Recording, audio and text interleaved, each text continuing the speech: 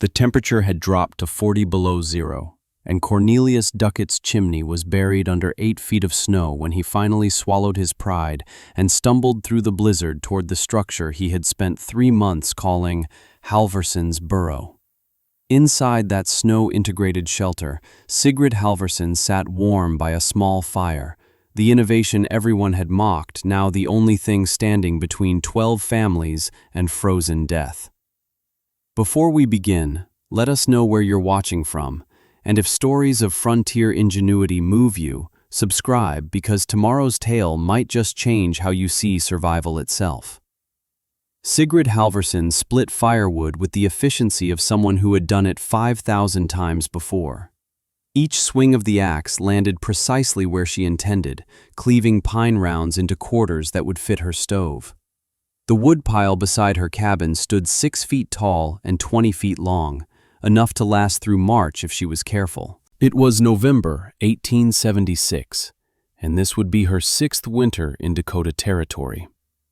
She stacked the split wood under the overhang she had built the previous summer, keeping it dry and accessible even during the worst storms. Every piece was arranged bark side down so moisture would drain away from the wood rather than soaking into it.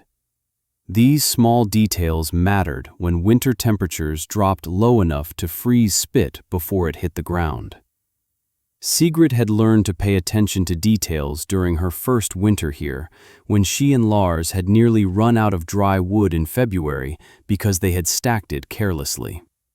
The cabin behind her was solid construction, built the year they had arrived from Minnesota. Lars had been a careful carpenter, and together they had created a home that was tight against wind and reasonably warm even in January. The logs were chinked properly with moss and clay. The door fit snugly in its frame. The stone fireplace drew smoke efficiently up through a chimney that extended well above the roofline. By frontier standards, it was good work. Sigrid paused to catch her breath, setting the axe head down and leaning on the handle. Her breath created small clouds in the cold air.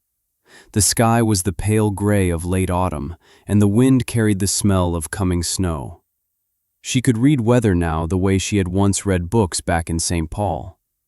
That skill had seemed unnecessary when they first moved west, but 5 winters had taught her that understanding what the sky was telling you could mean the difference between preparedness and crisis.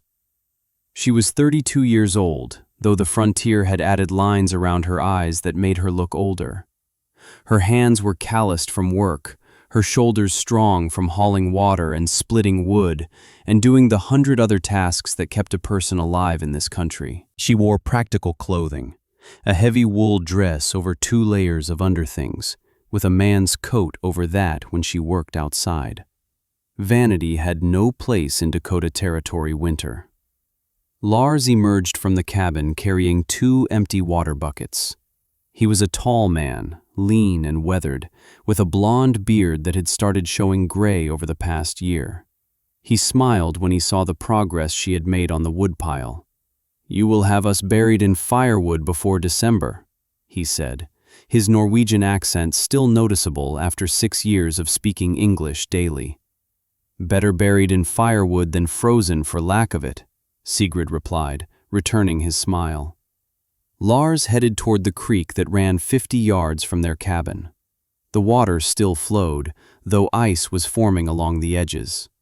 In another few weeks, they would need to chop through ice to reach water, and by January, they would be melting snow for all their needs. It was routine, the predictable cycle of frontier winter. Sigrid picked up her axe and reached for another pine round. The rhythm of work was comforting, productive, and necessary. Everything about their life here followed patterns they had learned and refined. They knew what worked.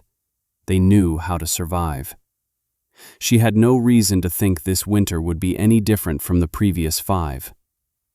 The storm came without the usual warnings.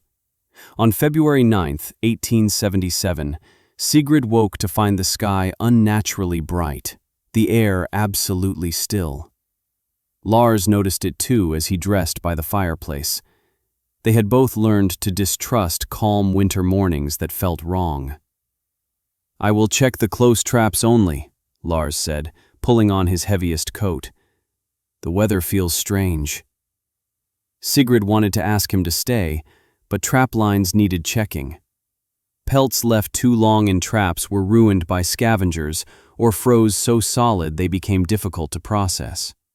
Besides, the nearest traps were less than 2 miles away. Lars could check them and return within 3 hours. He left just after dawn, carrying his rifle and a pack with basic supplies. Sigrid watched him walk toward the tree line, his figure dark against the snow. Then she turned back to her work, processing beaver pelts they had brought in the previous day. By mid-morning, the wind arrived. It came suddenly, shifting from dead calm to howling fury in less than 20 minutes.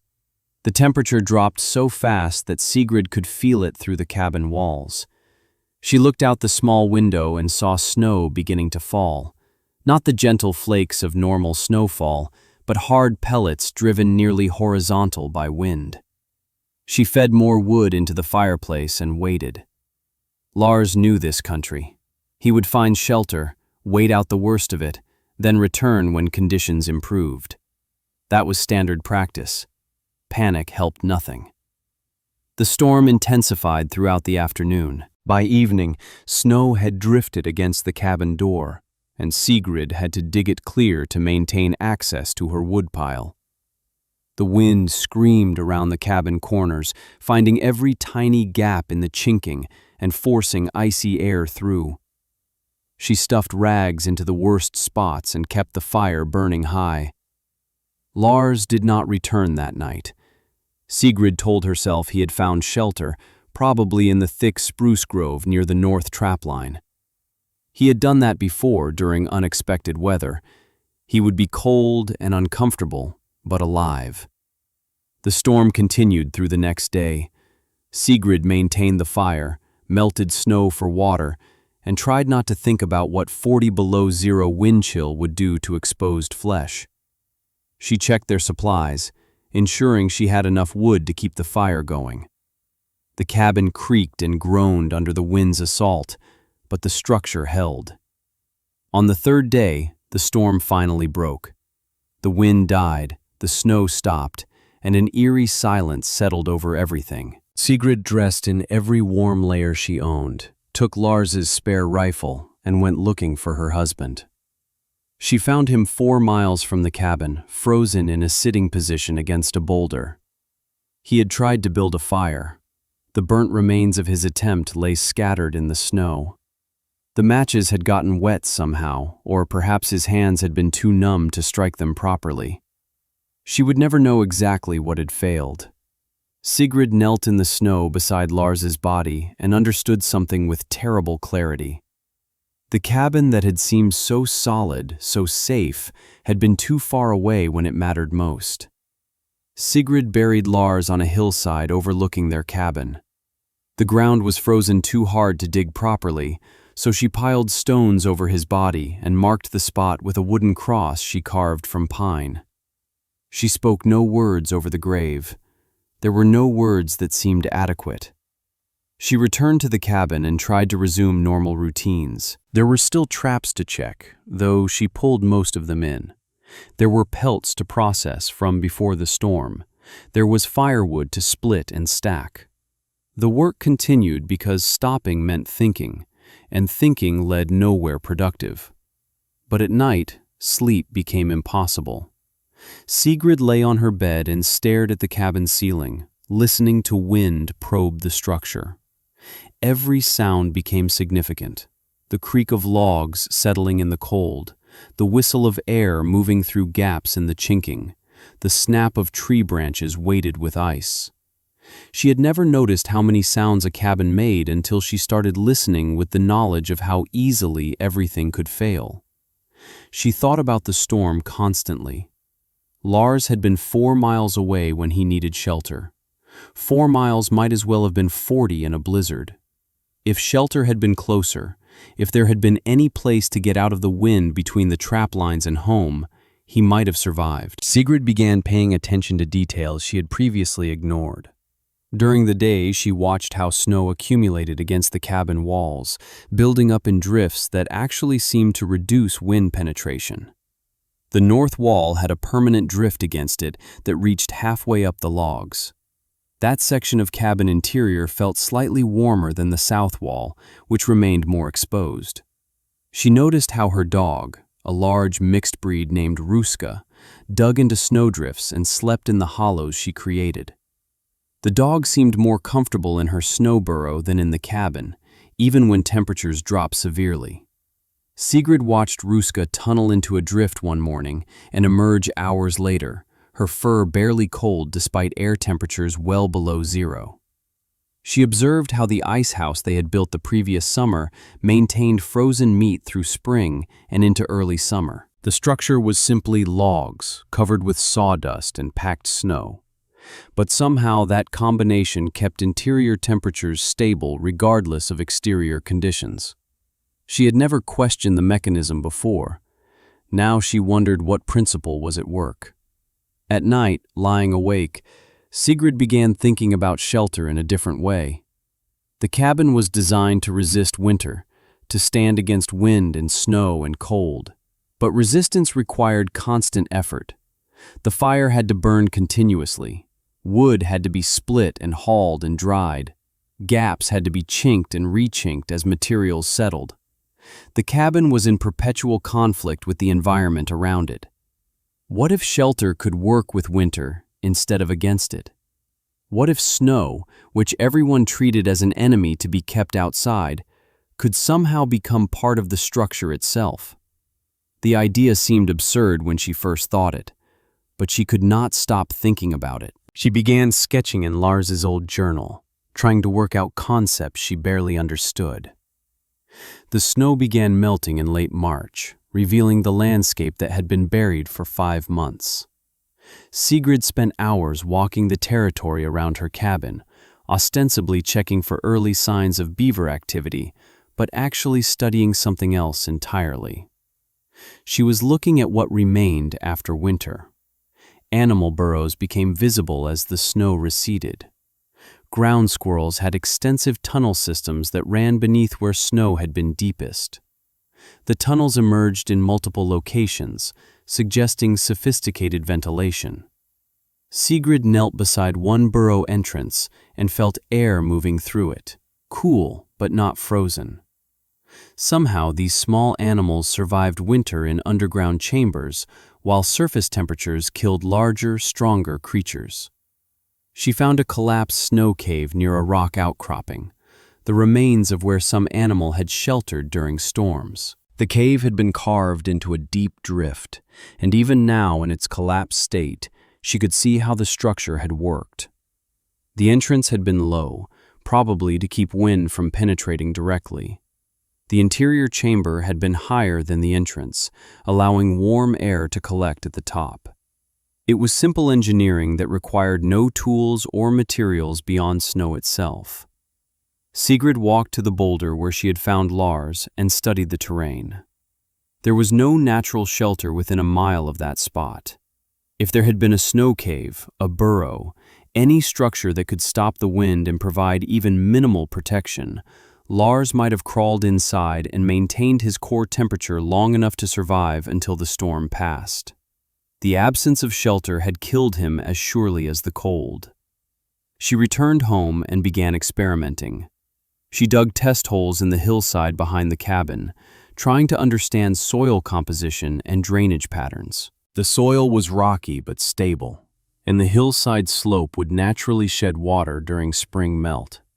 She dug deeper, reaching layers that stayed frozen even as surface temperatures warmed. Permafrost, the trappers called it, ground that never fully thawed even in summer.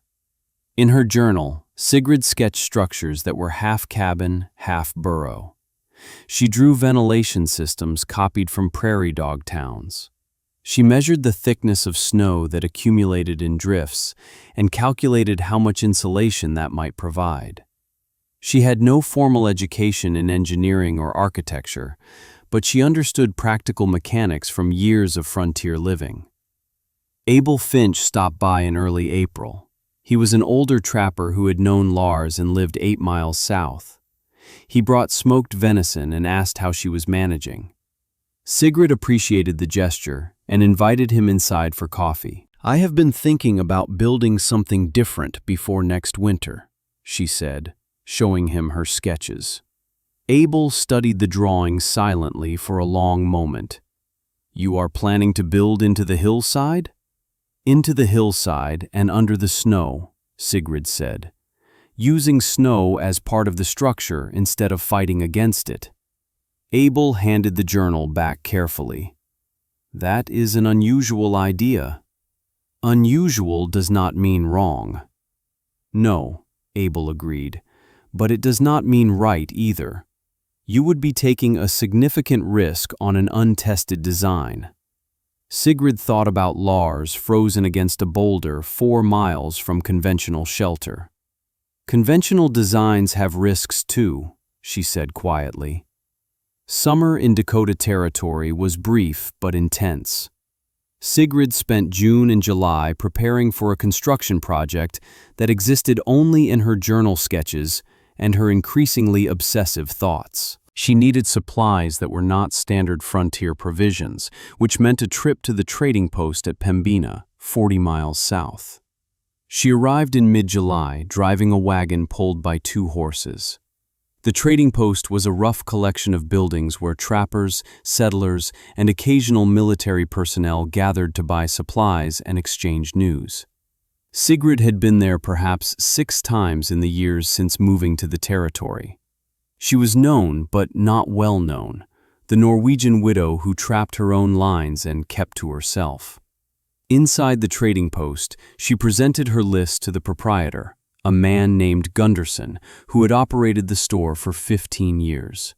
He read through her requirements with increasing confusion. 12 sheets of canvas, heavy weight, 40 pounds of lime, 2 barrels of pine tar, 8 iron ventilation pipes, 4 inches diameter, specialized digging tools.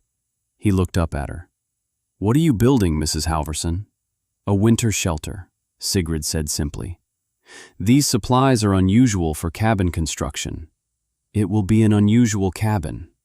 Word spread through the trading post quickly. By the time Sigrid was loading her wagon, a small group had gathered. Among them was Cornelius Duckett, a settler who had arrived 2 years earlier and established a homestead 12 miles from Sigrid's property. He was a tall man with strong opinions about proper frontier practices. "I heard you are planning some kind of underground house," Duckett said, his tone making clear what he thought of the idea. "Partially underground," Sigrid corrected, "built into a hillside with snow integration for winter insulation." Duckett laughed and several others joined him. "You are going to build into the snow, like some kind of animal burrow?" "Snow provides excellent insulation when properly utilized," Sigrid said, keeping her voice level. "Snow is what we build shelters to keep out, not invite in," Duckett said. "This is foolishness, Mrs. Halverson. You will freeze to death in that hole come January, and then what? Someone will have to dig your body out in spring." "The design is sound," Sigrid said. "The design is madness. Lars was a sensible man. He would never have attempted something so reckless." Duckett's voice had risen, attracting more attention. "You are going to get yourself killed with this nonsense." Sigrid finished loading her wagon in silence. She paid Gunderson, climbed onto the seat, and drove away from the trading post without responding further to Duckett's criticisms. Behind her, she could hear laughter and commentary about the crazy widow building a snow burrow. The journey home took 2 days. Sigrid used the time to refine her plans, mentally walking through each construction phase.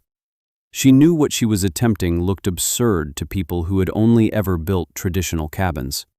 But those traditional cabins had failed Lars when he needed shelter most.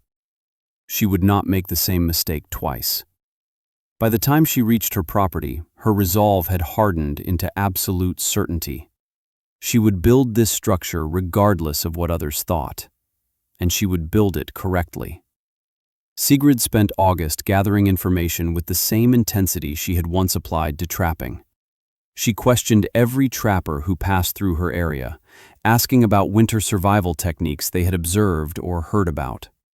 Most had stories about close calls during blizzards, but few had studied the mechanisms of survival systematically. An older French-Canadian trapper named Baptiste stopped at her cabin in mid-August. He had worked the Northern Territories for 30 years and had knowledge that younger trappers lacked. Sigrid asked him about snow shelters. "The Inuit build houses from snow blocks," Baptiste said, smoking his pipe by her fire. "I have seen them. The structures are warmer inside than you would think possible. The snow cuts the wind completely, and body heat alone can raise interior temperature 30 or 40 degrees above outside air." "How do they prevent the structures from melting?" Sigrid asked. "The snow becomes ice on the interior surface from the warmth, creating a shell. As long as interior temperature stays below freezing, the structure remains solid. They use seal oil lamps for heat and light, but carefully. Too much heat causes problems." Sigrid made notes in her journal. "What about ventilation?" "Very important. They create holes at the top for air circulation. Without ventilation, carbon dioxide accumulates and people suffocate. The Inuit understand this. They have built snow houses for generations." She asked about construction techniques, materials, optimal snow conditions. Baptiste shared what he knew, though he admitted his knowledge was observational rather than practical. He had never built a snow house himself. In early September, Sigrid rode to a ridge 5 miles from her cabin, where she had occasionally spotted evidence of native presence. She was not seeking direct contact, which could be dangerous for a woman alone, but she wanted to observe from a distance. She found the remains of what might have been a winter camp, including what appeared to be a partially collapsed shelter built from branches and snow. She studied the construction carefully. The framework was wood, bent saplings creating a dome shape. Snow had been packed around and over this framework. Even in its collapsed state, she could see how efficient the design was. Minimal materials, maximum protection. The entrance had been low and angled to prevent wind penetration. Back at her cabin, Sigrid began small-scale experiments. She built miniature structures using the principles she was learning, testing different techniques for integrating wood framing with packed snow. She discovered that snow needed to be compressed to provide structural strength. Loose snow collapsed, but properly packed snow became surprisingly solid. She experimented with ventilation systems, creating small test burrows with various air channel designs. Some accumulated moisture that froze and blocked airflow. Others worked better, maintaining circulation without excessive heat loss. She measured temperatures inside her test structures compared to outside air, confirming that even crude snow shelters retained significant warmth. Abel Finch visited again in late September. He examined her experiments with interest rather than mockery. "You are serious about this," he said. "Completely serious. The others think you have lost your mind with grief." "The others did not find their husbands frozen 4 miles from inadequate shelter," Sigrid said quietly. Abel nodded slowly. "What can I do to help?" Construction began in early October, before the ground froze solid. Sigrid selected a location on the hillside 50 yards behind her existing cabin. The spot faced south for maximum sun exposure and had natural drainage that would channel spring melt away from the structure. She marked the perimeter with stakes, a rectangle 12 feet wide and 16 feet deep. Digging was brutal work. The soil was rocky and compacted, requiring a pickaxe to break through before she could shovel. Sigrid worked from dawn until her hands were too numb to grip tools, then warmed herself by the fire and resumed. She was excavating a shelter that would be partially underground, with the hillside forming the north wall and additional earth providing insulation on east and west sides. After a week of digging, she had created a depression 3 feet deep. She shaped the floor with careful attention to drainage, creating a gentle slope that would direct any water seepage toward a channel she had dug leading downhill. Standing water inside the shelter would be catastrophic once temperatures dropped below freezing. Abel arrived with timber he had cut from his own property. Together, they constructed the wooden framework that would support the entire structure. The design resembled a traditional cabin frame, but modified for partial burial. Heavy corner posts were sunk 4 feet into the ground at each corner and braced with horizontal beams. "You are building this stronger than most complete cabins," Abel observed, as they wrestled a massive ridge beam into position. "It will need to support significant weight," Sigrid said. "Snow accumulation on the roof plus earth berming on the sides. The frame must not flex or settle." They worked through October, racing against the approaching winter. Wall logs were fitted between the corner posts, but unlike traditional cabin construction, these logs would be buried on 3 sides by earth. Only the south-facing wall would remain fully exposed. Sigrid chinked every gap with her clay mixture, knowing that earth pressure would test every joint. The roof structure was critical. Sigrid built it with heavy beams spaced close together, creating a framework strong enough to support packed earth and accumulated snow. Over the beams, she laid her canvas in overlapping sheets, creating a waterproof membrane. She coated the canvas with multiple layers of pine tar, building up a barrier that would prevent moisture from penetrating into the interior. Ventilation was the most innovative aspect. Sigrid installed 4 iron pipes through the roof at strategic locations. 2 were intake vents, positioned low on the south wall. 2 were exhaust vents extending high above the eventual snow line. The pipes were angled to prevent rain and snow from entering directly while maintaining air circulation. This system would allow fresh air to enter, warm as it passed through the interior, and exit through the upper vents, creating continuous airflow without requiring doors or windows to open. By early November, the basic structure was complete. Sigrid began the process of berming, hauling earth and packing it against the east and west walls. She created slopes that would encourage snow to accumulate in specific patterns, building up the natural hillside contours to integrate the shelter into the landscape. News of Sigrid's construction project spread through the scattered settler community during November.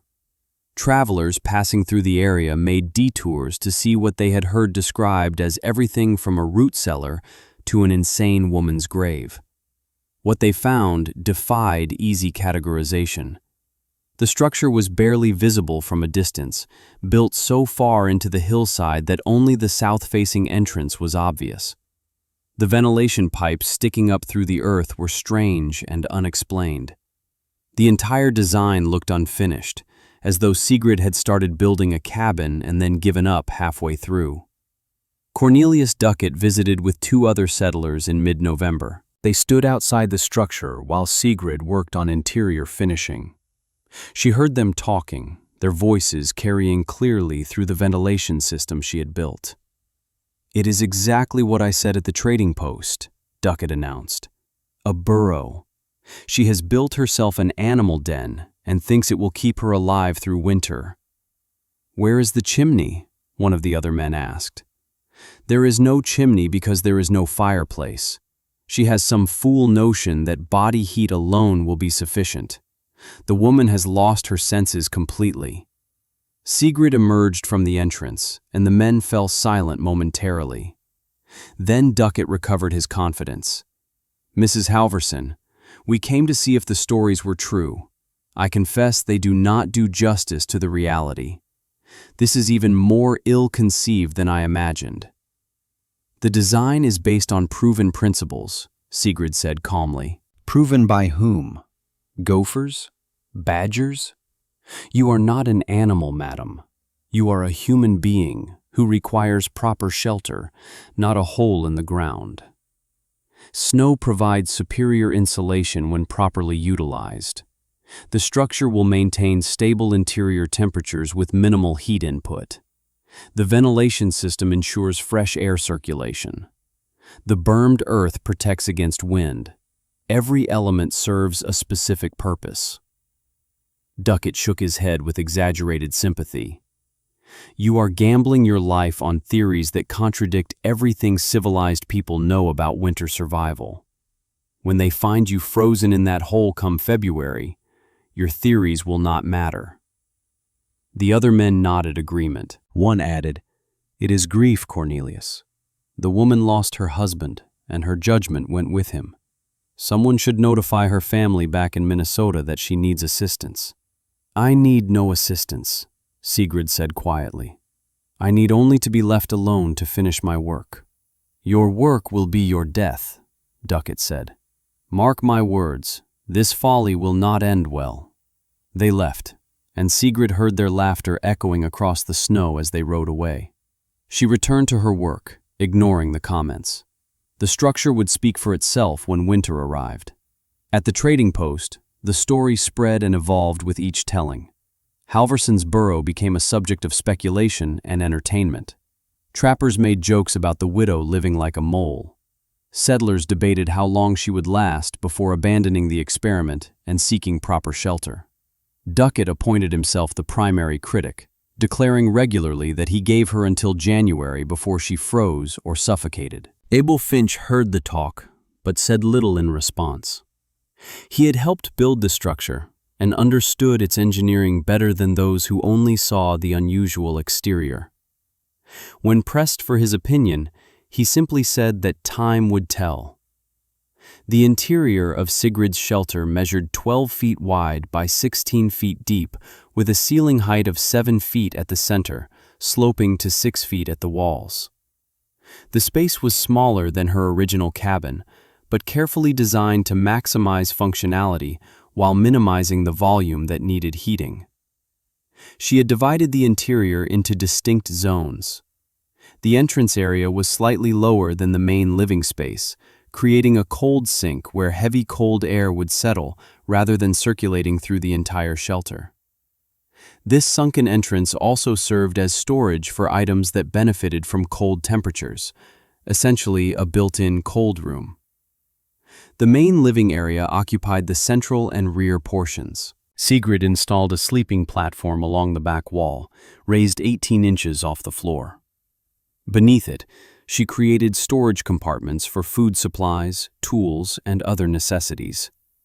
The raised platform served two purposes. It positioned her sleeping area in the warmest part of the shelter where heat accumulated, and it provided substantial storage without cluttering the limited floor space. Along the east wall, she built a workbench with shelves above it. This would serve as her food preparation area and general workspace. The west wall held more shelving and hooks for hanging clothing and equipment. Every inch of wall space served a function.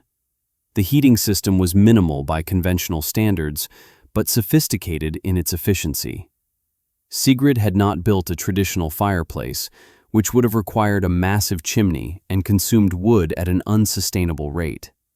Instead, she created a small stone heat sink in the corner. She could build tiny fires here when necessary, just enough to warm stones that would then radiate heat for hours. The ventilation system would draw smoke out while maintaining airflow. But the real heating came from thermal mass and insulation. Sigrid had placed large stones beneath her sleeping platform and along the floor. During autumn, she had heated these stones repeatedly with fires, driving deep warmth into their mass. The stones would release this stored heat gradually through winter. Combined with her body heat and the insulation provided by earth and snow, the stones would maintain livable interior temperatures. The ventilation pipes were positioned with precision. The two intake vents were on the south wall near floor level, where warmer exterior air would enter. The two exhaust vents extended through the roof and would rise above any snow accumulation. As warm air rose and exited through the high vents, it created negative pressure that drew fresh air through the lower intakes.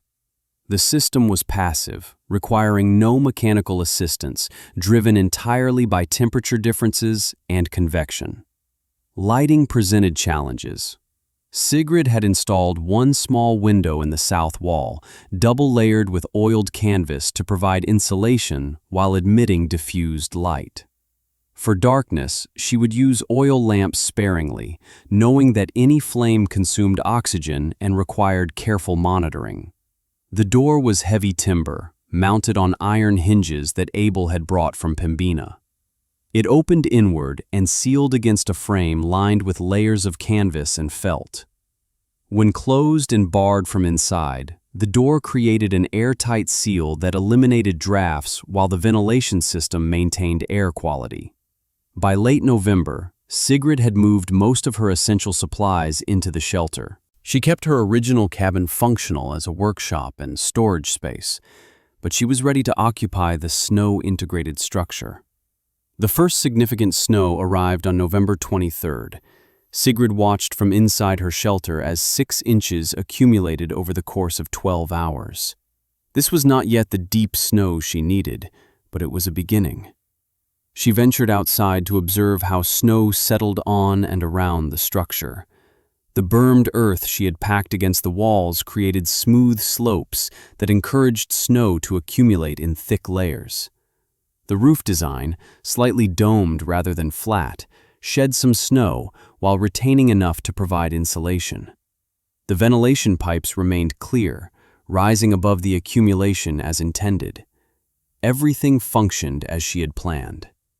Inside, the temperature remained surprisingly stable. With outside air at 18 degrees, the interior held at 34 degrees without any fire. Sigrid wore heavy clothing and remained comfortable. She lit a small fire in her stone corner, heating several large rocks for 2 hours. Then she extinguished the fire and monitored what happened. The heated stones radiated warmth for 6 hours before cooling to ambient temperature. During that period, interior temperature rose to 42 degrees. Sigrid calculated that she could maintain comfortable temperatures with one small fire every 8 to 12 hours, using a fraction of the wood a traditional cabin required. She kept detailed records in her journal, temperature readings every 3 hours, notes on ventilation performance, observations about moisture accumulation or absence thereof. This was experimental work, and documentation would help her understand what succeeded and what needed adjustment. By early December, deeper snow had accumulated. Sigrid went outside during a calm morning and studied the transformation. Her shelter had nearly disappeared into the landscape. The south entrance was visible, but the rest was buried under 18 inches of snow that had drifted and compacted into solid insulation. The ventilation pipes were still clear, and she could feel air movement when she held her hand near the intakes. Inside, temperatures had stabilized further. With outside air at 8 degrees, interior temperature held at 36 degrees without any heat source. The combination of earth berming, snow cover, and thermal mass was working exactly as she had theorized. The shelter was not warm by conventional standards, but it was far above freezing and required minimal energy to maintain. Sigrid refined her heating technique. She learned to heat stones in rotation, creating a thermal battery that provided constant, low-level warmth. She discovered that certain stones held heat longer than others, granite outperforming sandstone significantly. She positioned her best heat retention stones directly beneath her sleeping platform, where they would radiate upward through the night. The moisture control surprised her. She had worried about condensation from breathing and any cooking or heating activities. The ventilation system handled it perfectly. Moisture-laden warm air rose and exited through the upper vents before it could condense on cold surfaces. The continuous air circulation kept everything dry despite the enclosed space. Water supply remained her only significant challenge.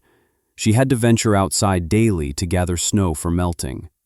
She kept several large containers inside, melting snow gradually near her heated stones. The process was time-consuming, but manageable. December brought the heavy snows that defined Dakota Territory winters. By mid-month, 3 feet of accumulation covered the landscape in an unbroken white expanse. Sigrid's shelter had transformed from a visible structure into an integrated part of the hillside, distinguishable only by the dark entrance opening and the ventilation pipes protruding above the snow. She developed routines suited to her new environment. Each morning she checked the ventilation pipes, ensuring they remained clear of ice buildup and drifting snow. She gathered fresh snow in buckets for melting, selecting clean snow from areas away from the entrance. She heated stones in rotation, maintaining interior temperatures between 35 and 45 degrees, depending on outside conditions and her heating schedule. The shelter's integration with accumulated snow created thermal stability that exceeded her calculations. With 4 feet of snow covering the roof and walls, interior temperatures barely fluctuated regardless of outside conditions. When exterior air dropped to 20 below zero during a cold snap in late December, interior temperature fell only to 32 degrees. The snow acted as nearly perfect insulation. Sigrid's original cabin, 50 yards away, told a different story. She visited it occasionally to retrieve stored items and noticed ice forming on interior walls near the ceiling where warm air met cold logs. Drafts penetrated constantly despite the chinking Lars had done so carefully. The structure was in perpetual battle with winter, requiring constant fire to maintain barely adequate temperatures. Her new shelter required no such struggle.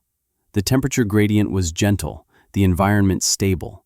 She slept comfortably under wool blankets on her raised platform, warmed by stones underneath. She worked at her bench during daylight hours, when the small window provided adequate illumination. She melted snow, prepared meals, repaired equipment, and lived with remarkable comfort in a structure most people considered uninhabitable. Ruska, her dog, had adapted immediately to the shelter. The animal spent most of her time inside, curled near the heated stones. When Sigrid opened the door, cold air poured in at floor level, while warm air escaped above, demonstrating the thermal layering she had designed intentionally. She could leave the door open for several minutes without significantly impacting interior temperature, though she rarely did so. By Christmas, when traditional cabins throughout the territory were consuming wood at prodigious rates to maintain marginal warmth, Sigrid had used less than a third of her wood supply. Her heating needs were minimal. The shelter was designed to retain every bit of warmth generated, whether from heated stones, her body, or even the dog's presence. Outside, the landscape was locked in winter's grip. Inside Sigrid's impossible burrow, as Cornelius Duckett still called it when he mentioned her at the trading post, conditions remained stable and surprisingly livable. The structure was proving its design daily. January brought the deepest cold. Temperatures dropped to 40 below zero during clear nights when heat radiated into empty skies. Wind chill made exposure lethal within minutes. This was the killing season, when frontier life demanded perfect execution of winter preparations. Mistakes made in autumn became fatal in January. Sigrid's shelter handled extreme cold with remarkable efficiency. She had developed refined techniques for managing her thermal system. Each evening, she heated 4 large granite stones for 2 hours. These stones, positioned beneath and around her sleeping platform, maintained comfortable sleeping conditions through the night. Each morning, she heated a different set of stones for daytime warmth. The rotation ensured constant low-level heat without excessive wood consumption. Her wood usage remained minimal. She burned small fires, hot and efficient, heating stones rather than air. A traditional cabin would consume 20 to 30 pounds of wood daily just to maintain basic warmth. Sigrid used perhaps 8 pounds, and her interior remained more comfortable than most cabins during extreme cold. The ventilation system continued performing flawlessly. Fresh air entered through the lower south-facing vents, where even in deep winter, sunny days created relatively warmer conditions. Air circulated through the interior, gathering warmth and moisture, then exited through the high vents. The system was completely passive but remarkably effective. Sigrid never experienced the stuffiness or stale air common in tightly sealed winter shelters. She monitored the structure constantly, looking for problems or inefficiencies. She found none. The design was sound. The execution was solid. Everything worked as intended, or better. Meanwhile, reports from other settlers told different stories. The winter was particularly brutal, and traditional cabins struggled. Families burned through wood supplies faster than anticipated. Chimneys iced up, creating dangerous carbon monoxide situations. Drafts made sleeping areas unbearably cold, despite roaring fires in main rooms. People were surviving, but suffering. Cornelius Duckett's family, Sigrid learned from Abel during a brief visit, was burning wood at an alarming rate. Duckett had miscalculated his winter needs, confident that his well-built cabin would be efficient. Instead, the structure consumed resources while barely maintaining adequate warmth. Duckett had mentioned needing to cut additional firewood, a dangerous undertaking in extreme cold, but necessary to avoid running short before spring. Abel himself was managing adequately in his traditional cabin, but admitted that Sigrid's design was proving more efficient than he had anticipated. He spent an hour examining her shelter's interior, asking detailed questions about the heating system and ventilation. He took notes, clearly considering applications for his own future construction. "The others still call it Halverson's Burrow," Abel said as he prepared to leave. "But some are asking questions now. Asking how you stay warm with so little wood, asking about the ventilation pipes. You have their attention." "Attention is not the goal," Sigrid said. "Survival is the goal.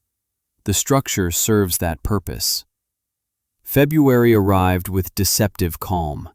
The first week brought temperatures that climbed above zero during daylight hours, warm by winter standards. Snow crusted and settled. The sky remained clear for days at a stretch. Settlers who had survived the brutal January cold began allowing themselves to believe the worst had passed. Sigrid did not share their optimism. She had learned to read Dakota Territory weather through 5 previous winters, and what she observed troubled her. The warm spell felt wrong. Animals behaved strangely. Rabbits remained in their warrens during hours they normally foraged. Birds that had stayed through winter disappeared, presumably moving south. Her dog Ruska grew restless, pacing near the entrance and whining at sounds Sigrid could not hear. On February 10th, the barometric pressure dropped noticeably. Sigrid had no instrument to measure it, but she felt the change in her ears and sinuses. The air itself felt heavy, oppressive.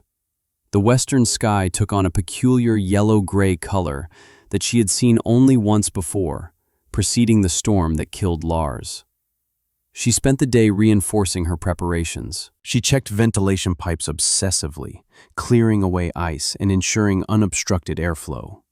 She brought additional firewood inside the shelter, stacking it near the entrance where it would stay dry.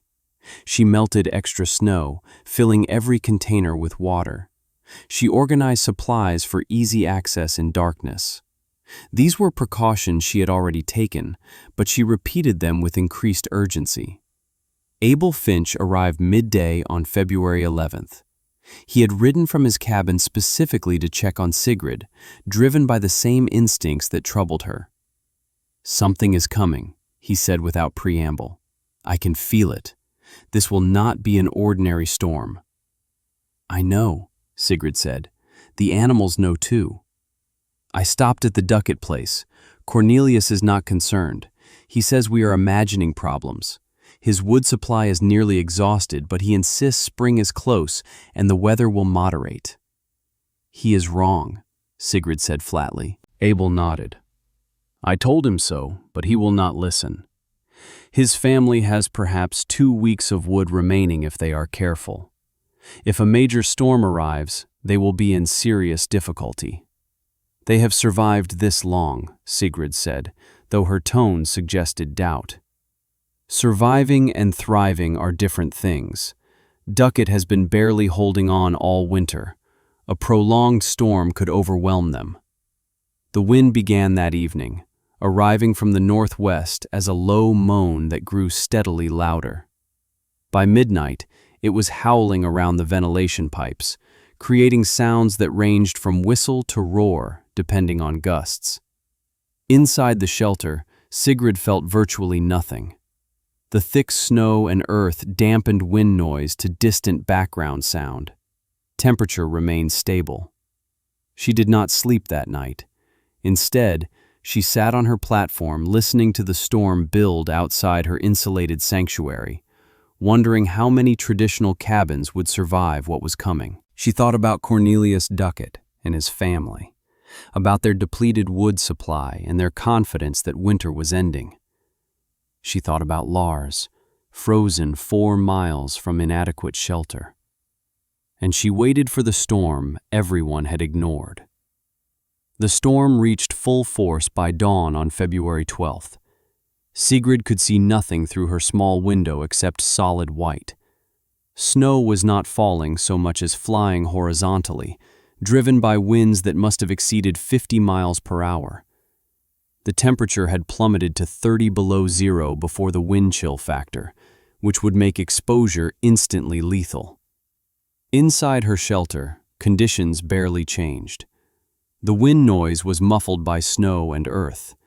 Interior temperature held at 38 degrees without any heating. Sigrid's ventilation system continued working, the high wind speeds actually improving airflow through the passive system. She was as safe as anyone could be during a Dakota Territory blizzard. She maintained her routines. She heated stones on her normal rotation. She melted snow for water. She prepared small meals. The storm outside was catastrophic, but inside, her engineering held firm. The structure did not flex or creak. The temperature did not fluctuate. The ventilation did not fail. Everything she had built worked exactly as designed. The storm continued through February 12th and into the 13th without diminishing. This was not a typical blizzard that raged for 12 hours then moved on. This was a sustained atmospheric event, a collision of weather systems that locked into place and simply ground away at everything exposed to it.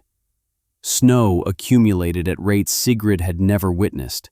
Wind carved drifts that buried structures completely.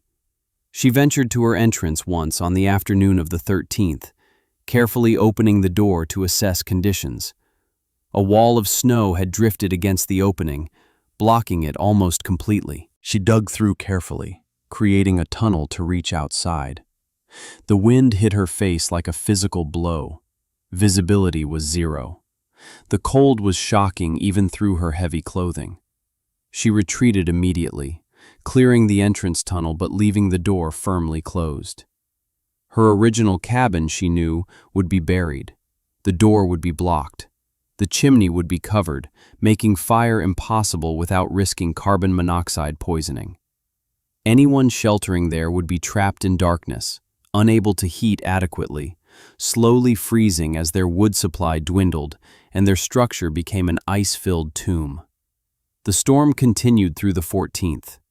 Sigrid tracked time by her internal clock and occasional glimpses of gray light through her window during what should have been daylight hours. She was comfortable. She was safe. But she thought constantly about her neighbors, about families in traditional cabins facing conditions they had not anticipated and could not withstand. On the evening of February 14th, during a brief lull in the wind, Sigrid heard something. A sound that did not belong to the storm. A rhythmic thumping, distant but desperate. Someone was outside in the blizzard, and they were trying to reach her shelter. She grabbed her lantern and moved to the entrance, digging through the snow tunnel she had maintained. The sound grew louder as she worked. Then she heard voices, multiple people, and they were screaming her name. Sigrid tore through the snow, blocking her entrance with desperate speed. The voices outside were weak, nearly lost in the wind, but unmistakably human. She cleared enough space to push the door open and thrust her lantern into the darkness. 3 figures staggered toward the light, barely visible through the blowing snow. She grabbed the nearest person and pulled them inside. Then the second, then the third. They collapsed on the entrance floor, gasping and shaking. Sigrid pushed the door closed against the wind and secured it, then raised her lantern to see who she had rescued. Cornelius Ducat lay on the floor, his face pale with frostbite across his cheeks and nose. His wife Martha was beside him, wrapped in inadequate blankets. Their 12-year-old daughter Sarah was curled between them, crying softly. They were all severely hypothermic, minutes from death. Sigrid did not waste time with questions. She dragged them further inside, away from the cold entrance area and into the main shelter where her heated stones radiated warmth. She stripped off their wet outer layers, replacing them with dry blankets from her supplies. She positioned them near the stones, forcing warmth into their core temperatures. She melted snow rapidly and made them drink warm water in small sips. "Our cabin," Ducat finally managed to say through chattering teeth. "The door was buried. We could not dig out. The chimney was blocked. We could not light a fire. We were freezing." "How did you reach here?" Sigrid asked, continuing to work on warming them. "We remembered the direction. 300 yards, maybe more. I could not see anything. We followed the slope of the land. Then Sarah saw your ventilation pipes sticking above the snow. We crawled toward them." 300 yards through a blizzard, with 40 below temperatures and zero visibility. They were extraordinarily lucky to have survived the journey. Sigrid had found them minutes before they would have collapsed within sight of shelter. The Ducats huddled near the heated stones, slowly recovering. Sigrid assessed the situation. She had built this shelter for one person. She now had 4 people inside, and the storm showed no signs of ending. Her supplies were adequate for herself for months. For 4 people, she had perhaps 2 weeks, possibly less.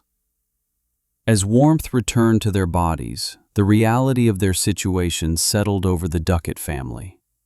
They were alive because of the structure Cornelius had spent months mocking. They were warm because of the engineering he had called madness. They were breathing clean air because of ventilation systems he had declared unnecessary. Everything he had criticized was now keeping his family from freezing to death. "I was wrong," Ducat said quietly, staring at the stone floor. "About everything. This structure, your design, all of it. I was completely wrong." "That does not matter now," Sigrid said. "What matters is surviving until the storm passes." But even as she spoke, she heard new sounds outside. More voices calling through the wind. More people had found her impossible burrow and were seeking shelter from the storm that was destroying everything else. By midnight on February 14th, Sigrid's shelter housed 12 people. After the Ducats came the Peterson family, 5 of them whose cabin roof had partially collapsed under snow weight. Then Abel Finch arrived, with 2 other trappers whose winter camp had become uninhabitable. Finally, a young couple named Henrik and Greta Johansson stumbled through the entrance, their traditional dugout shelter having flooded when packed snow melted from their body heat. The shelter was designed for one person. 12 people filled it completely. They sat shoulder to shoulder, lined along the walls and crowded around the heated stones. The space that had seemed adequate for Sigrid alone was now desperately cramped.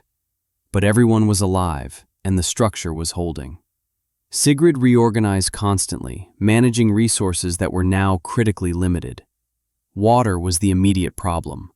12 people required far more than her usual supply. She sent the healthiest men outside in shifts during brief wind lulls to gather snow. They worked in pairs, tethered to the entrance with rope, filling buckets frantically before retreating inside. The process was dangerous but necessary. Food was rationed carefully. Sigrid had supplies for one person for months. For 12 people, she had perhaps 10 days if they ate sparingly. Everyone understood the mathematics. They ate minimal amounts, just enough to maintain body temperature and function. The heating system struggled under increased demand. 12 bodies generated substantial heat, which helped, but they also consumed oxygen faster than her ventilation system was designed to handle. Sigrid opened the door periodically despite the cold, allowing fresh air to rush in and refresh the interior atmosphere. The temperature would drop temporarily, then stabilize again. The ventilation pipes were checked obsessively. With 12 people breathing, carbon dioxide accumulation could become deadly within hours if airflow stopped. Men took turns climbing outside to clear ice from the pipe openings, a terrifying task in blizzard conditions but absolutely essential. Cornelius Duckett worked as hard as anyone despite his earlier frostbite. He gathered snow, cleared ventilation pipes, organized the younger children, and helped Sigrid manage logistics. He spoke little, but his actions demonstrated his understanding of what she had accomplished. The storm continued through the 15th. Wind remained catastrophic. Snow kept falling. Visibility stayed at 0. But inside the structure that everyone had mocked, 12 people remained alive. They were crowded, uncomfortable, and worried about dwindling supplies. But they were warm enough and breathing clean air. The shelter that Cornelius Duckett had called a death trap was keeping his entire family alive. The engineering that others had ridiculed was functioning under conditions far beyond its design parameters. Sigrid's impossible burrow had become the only habitable structure within miles. On the morning of February 16th, the wind finally began to diminish. The storm ended on the afternoon of February 16th, 78 hours after it began. The silence that followed the wind's cessation felt unnatural after days of constant howling. Sigrid opened her door to reveal a transformed landscape. Snow had drifted into formations that buried everything. Her original cabin was completely covered except for one corner of the roof. Trees had vanished under white mounds. The world had been erased and rewritten. The 12 people who had survived in her shelter emerged slowly, blinking in the bright sunlight reflecting off endless snow. They dug paths to assess damage. Cornelius Duckett's cabin was uninhabitable, the door buried under 10 feet of drift, the interior surely frozen solid. The Peterson cabin roof had collapsed completely. Abel's place had survived structurally, but would require days of digging to access. The Johansson dugout was flooded and frozen. Everyone understood they had survived only because Sigrid's design had worked. Traditional construction had failed catastrophically. The shelter built into snow and earth had protected them when everything else proved inadequate. Recovery began immediately. Abel and the other men dug out Duckett's cabin enough to retrieve supplies. They salvaged what they could from the Peterson place. Families consolidated resources, combining food stores that individually would have been insufficient, but together provided adequate provisions until spring supply runs became possible. The conversation during recovery work focused on Sigrid's design. How had she known snow could provide such insulation? How did the ventilation work so effectively? Could the technique be replicated? Duckett asked the most questions. His earlier mockery replaced by genuine interest in understanding the engineering. I observed animals, Sigrid explained simply. I studied how ground squirrels survived underground through winter. I learned from ice houses that maintained frozen temperatures in summer. I applied what already existed in nature to human shelter needs. But the ventilation system, the thermal mass, the structural integration, Abel said. Those are sophisticated concepts. They are practical solutions to specific problems. Cold air sinks, warm air rises. Stone holds heat, snow insulates. The principles are simple. The application requires care and understanding, nothing more. Over the following weeks, as winter gradually released its grip, word spread through the territory. The catastrophic February blizzard had killed 7 people in traditional shelters within 50 miles. But 12 people had survived in a snow-integrated structure that most had considered foolish. The contrast was undeniable.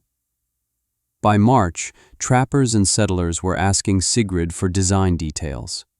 She shared everything freely, sketching diagrams and explaining principles. Abel built a similar structure that spring, preparing for the next winter.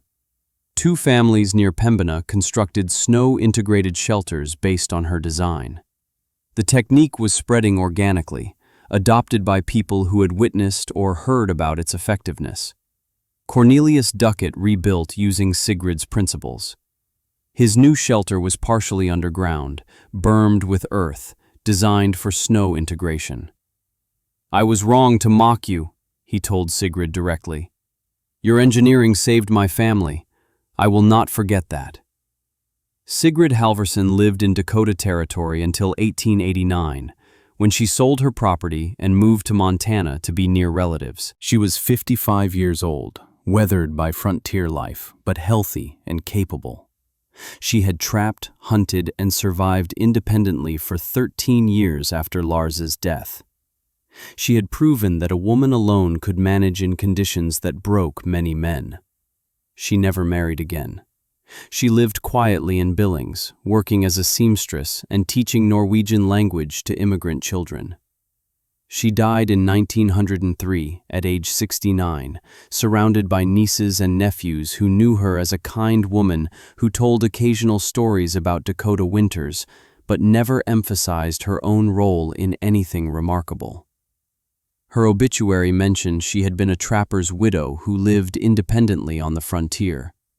It did not mention the shelter that had saved 12 lives during the blizzard of 1877.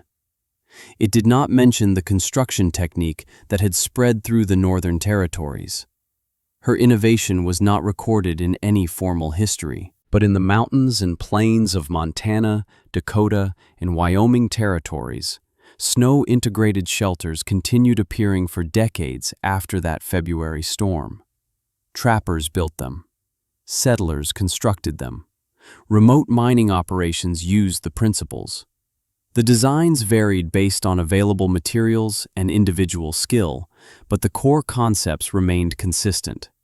Partial underground construction, earth berming, snow as insulation, passive ventilation, thermal mass heating. By the early 1900s, frontier construction had largely moved to different methods as settlements grew and milled lumber became available. But in remote areas, the old techniques persisted.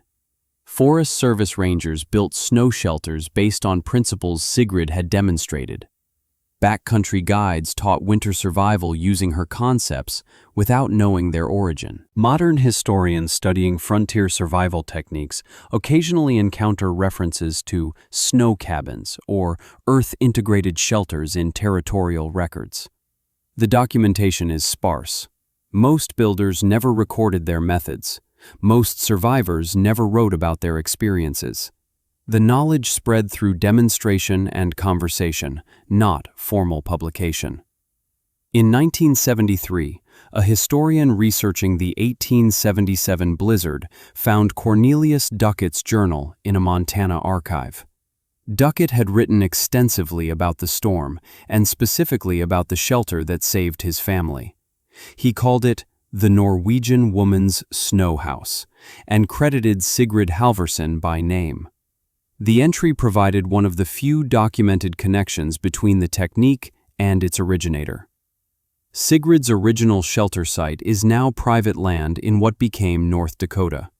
No marker indicates what happened there. The hillside where she built has eroded and changed over nearly 150 years.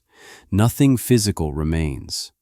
But the principle she demonstrated, that working with winter rather than fighting it could create superior shelter, influenced frontier survival techniques for generations.